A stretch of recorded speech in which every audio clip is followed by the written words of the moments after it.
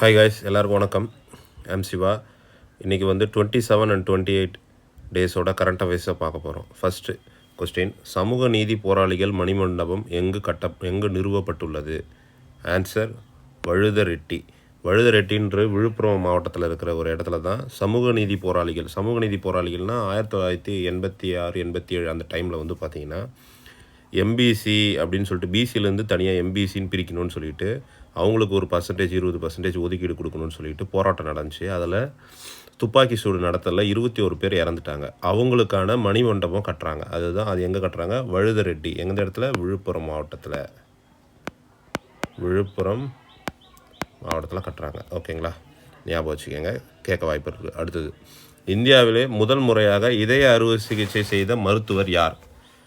Answer, doctor KM Cherian. ஓகேங்களா, இவர் தான் இந்தியாவிலே ஃபஸ்ட்டு முதலாக இதய அறுவை சிகிச்சை பைபாஸ் சர்ஜரின்னு கரோனரி பைபாஸ் சர்ஜரின்னு சொல்லுவாங்க. அதை பண்ணார். அவர் நேற்று காலமாயிட்டார். ஓகேங்களா. நெக்ஸ்ட் கொஸ்டின், எந்த நிறுவனம் இந்தியாவின் மிகப்பெரிய தங்கப் பெட்டகத்தை சென்னையில் அமைக்கிறது? அதாவது வந்து இப்போ தங்கம்லாம் வந்து சப்ளை ஆகுது பார்த்தீங்களா, அந்த தங்கம் வந்து எல்லா ஒரு ஜுவல்லரி கம்பெனிஸுக்கும் போகுது. அதுக்கு ஒரு லாஜிஸ்டிக்ஸ் மாதிரி அதை எடுத்துகிட்டு வந்து ஒரு இடத்துல வச்சு அதுக்கப்புறம் சப்ளை ஆகிற மாதிரி. ஏன் அது சென்னையில் அமைந்துள்ளதுன்னா, சென்னை தான் வந்து நம்மளுடைய தென்னிந்தியாவிலே அதிகமான தங்கப்புழக்கம் உள்ள ஒரு இடம். ஸோ அதனால் தங்கம் விற்பனை ஆகிற இடம். அதனால் சீக்வல் லாஜிஸ்டிக்ஸுன்ற கம்பெனி வந்து பார்த்திங்கன்னா தங்க பெட்டகத்தை உருவாக்குறாங்க. ஓகேங்களா, எங்கன்னா தாம்பரத்தில் இருக்கிற இடத்துல. ஓகேங்களா. நெக்ஸ்ட் கொஸ்டின், சர்வதேச விண்வெளி நிலையம் எந்த நிகழ்வை விண்வெளியிலிருந்து படம் பிடித்தது? விண்வெளியிலிருந்து படம் பிடிச்சிருக்கிறாங்க. அந்த அளவுக்கு ஒரு இதாக இருக்குது. எந்த இதுன்னு பார்த்தீங்கன்னா மகா கும்பமேளா 2025. இந்த மகா கும்பமேளா தான் விண்வெளியிலிருந்து படம் பிடிச்சி அந்த படம் வெளியிட்டிருக்காங்க. ஓகேங்களா. நெக்ஸ்ட் கொஷின், இந்தியாவின் ஆப்பிள் மேன் என்று அழைக்கப்படுபவர் யார்? ஹரிமன் சர்மா, HRMN 1999. அதாவது வந்து ஹரிமன் சர்மான்றவர் தான் ஆப்பிள் மேன். இவர் வந்து HRMN 1999 சொல்லிட்டு ஒரு ரகத்தை ஆப்பிளில் கண்டுபிடிச்சார். அதுதான் இந்தியாவில் அதிகமாக பயிரிடப்படுது. ஓகேங்களா, இமாச்சல் பிரதேஷில். ஓகேங்களா. ஸோ அதை கண்டுபிடிச்சவர் ஹரிமன் சர்மா. இது வந்து நியூஸ் பேப்பரில் வந்துருக்குது. இவரை பற்றி இப்போ ஒரு பத்மஸ்ரீ இவருக்கு கிடச்சிருக்குது. ஸோ அதனால் அது சம்மந்தமாக அது. ஓகேங்களா. பொது சிவில் சட்டம் எந்த மாநிலத்தில் முதலாக அமலாகிறது?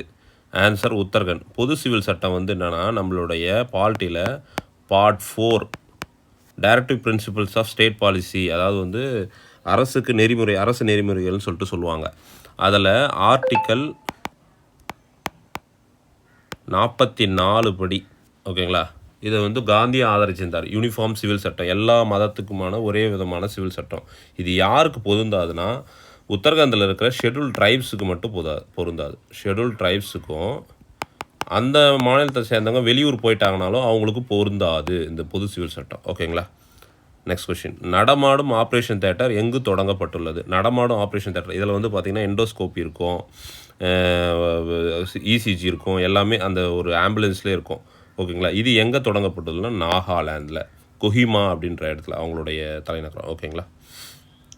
அடுத்தது, அண்ணா விருதுன்றது வந்து வீர தீர செயல் செஞ்ச தமிழகத்தை சேர்ந்தவங்களுக்கு கொடுப்பாங்க.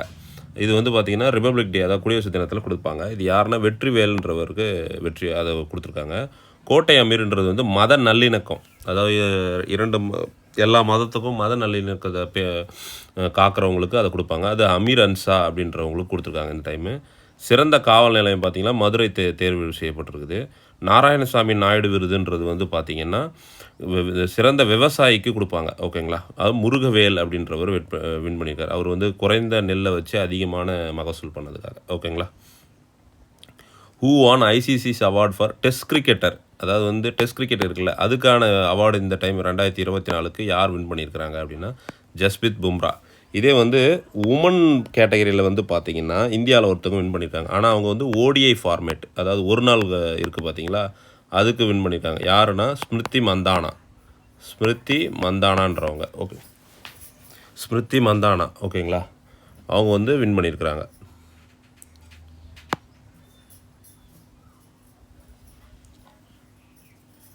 நெக்ஸ்ட் கொஷின், அடுத்து 10th கொஷின் பொறுத்துக்க பாருங்கள்.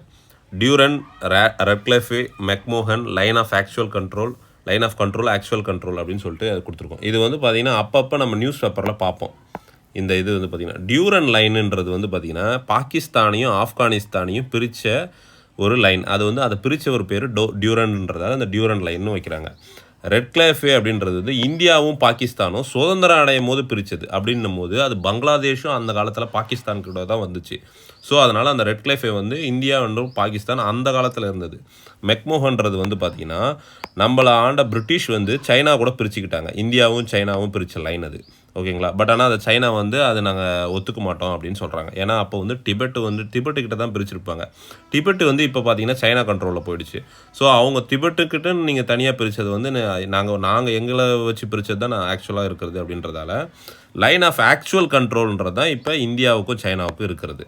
அதே மாதிரி லைன் ஆஃப் கண்ட்ரோல்ன்றது இந்தியாவுக்கும் பாகிஸ்தானுக்கும் இப்போ இருக்கிறது. ஓகேங்களா. ரெட் கிளைஃப்ன்றது அந்த டைமில் பிரித்தது.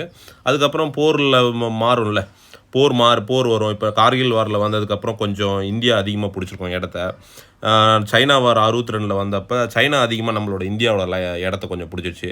அதுக்கப்புறம் ஆக்சுவலாக ப்ராக்டிக்கலாக இருக்கிறது இந்த லைன் ஆஃப் கண்ட்ரோலும் ஆக்சுவல் கண்ட்ரோல்னால் சைனா கண்ட்ரோல், லைன் ஆஃப் வெறும் கண்ட்ரோல் அப்படின்னா இந்தியா அண்ட் பாகிஸ்தான். ஓகேங்களா. மெக்மோகன்னா சைனா, ரெட் கிளைஃபேனா இந்தியாவும் பாகிஸ்தான். அந்த ரெட் கிளைஃபே தான் இப்போ இந்தியாவுக்கும் பங்களாதேஷுக்கும். ஓகேங்களா. ஏன்னா பங்களாதேஷ் வந்து பாகிஸ்தானில் அப்போ இருந்துச்சு.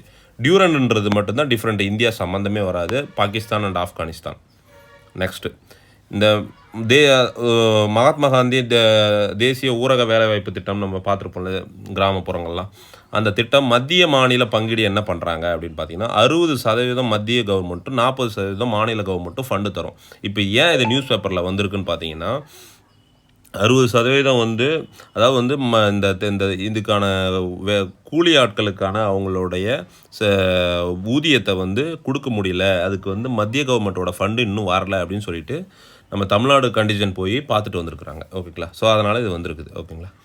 அடுத்தது ஆஸ்திரேலியா டென்னிஸ் ஓப்பன் டைட்டில் வந்து யார் வென்றார் அப்படின்னு கேட்டிருக்காங்க. யார்னா ஜானிக் சின்னர். ஓகேங்களா. ஜானிக் சின்னர்ன்றவர் தான் வின் பண்ணியிருக்காரு. இவர் நோவோக் ஜோகோவிச் நிறைய பேர் பார்த்துருப்பீங்க. ரஃபேல் நடால்லாம் ரிட்டையரே ஆகிட்டார். அலெக்சாண்டர் ஜிவர்ன்றவரும் தெரியும் எல்லாரும். இவர் வந்து பார்த்திங்கன்னா இவர் கூட ஃபைனல் விளையாடிருக்காரு. ஓகேங்களா. இவங்களாம் தான் அதாவது வந்து இவங்களாம் டென்னிஸ் பிளேயரு. இவங்க யாரும் லைட்டாக தெரிஞ்சுக்கணும். பட் ஜானிக் சின்னர்ன்றவர் தான் வின் பண்ணியிருக்காரு. ஓகேங்களா.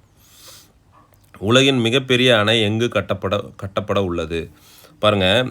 உலகின் மிகப்பெரிய அணை வந்து பார்த்திங்கன்னா பிரம்மபுத்திராவில் தான். பிரம்மபுத்திரா சைனாவில், அதாவது சவுத் டிபெட்டில் கட்டுறாங்க. இதில் வந்து பாருங்கள் எந்தெந்த நாடு எங்கெங்கே. தீஸ்தான்றது வந்து பங்களாதேஷுக்கும் இந்தியாவுக்கும் இருக்கிற ஒரு பிரச்சனையான ஒரு ரிவரில் இருக்குது. ஓகேங்களா. அதே கங்கான்றது நமக்கு தெரியும் இந்தியாவில் இருக்குது. இந்தஸ்ன்றது பாகிஸ்தானுக்கும் இந்தியாவுக்கும் ஓடுது. பட் ஒவ்வொரு நாடுக்கும் என்னென்ன இஷ்யூஸ் போய்கிட்டு இருக்குன்னு நம்ம தெரிஞ்சுக்கணும். தீஸ்தான்றது வந்து நீங்கள் இப்போ ஒரு பங்களாதேஷுக்கும் இந்தியாவுக்கும் இருக்கிற பிரச்சனைகளை பற்றி கேட்குறாங்கன்னு வச்சுக்கோங்களேன். மெயின்ஸ்லையோ இதுலையோ கண்ண முன்னாடி எழுதலாம். தீஸ்தாவை பற்றி நம்ம எழுதலாம்.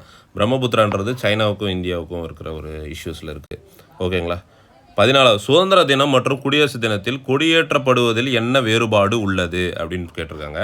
சுதந்திர தினம் வந்து பார்த்திங்கன்னா ஒரு கம்பம் இருக்குன்னா அதில் பாதியில் கொடி இங்கே கட்டி மேலே ஏற்றி இங்கே அன்ஃபர்லிங் பண்ணுவாங்க. ஓகேங்களா. அதே குடியரசு தினம்னா ஆல்ரெடி அந்த கொடி வந்து பார்த்திங்கன்னா உச்சியில் தான் இருக்கும். அங்கேருந்து அப்படியே அன்ஃபர்லிங் மட்டும் பண்ணுவாங்க. அதாவது வந்து அதை பறக்க விடுவாங்க. ஓகேங்களா.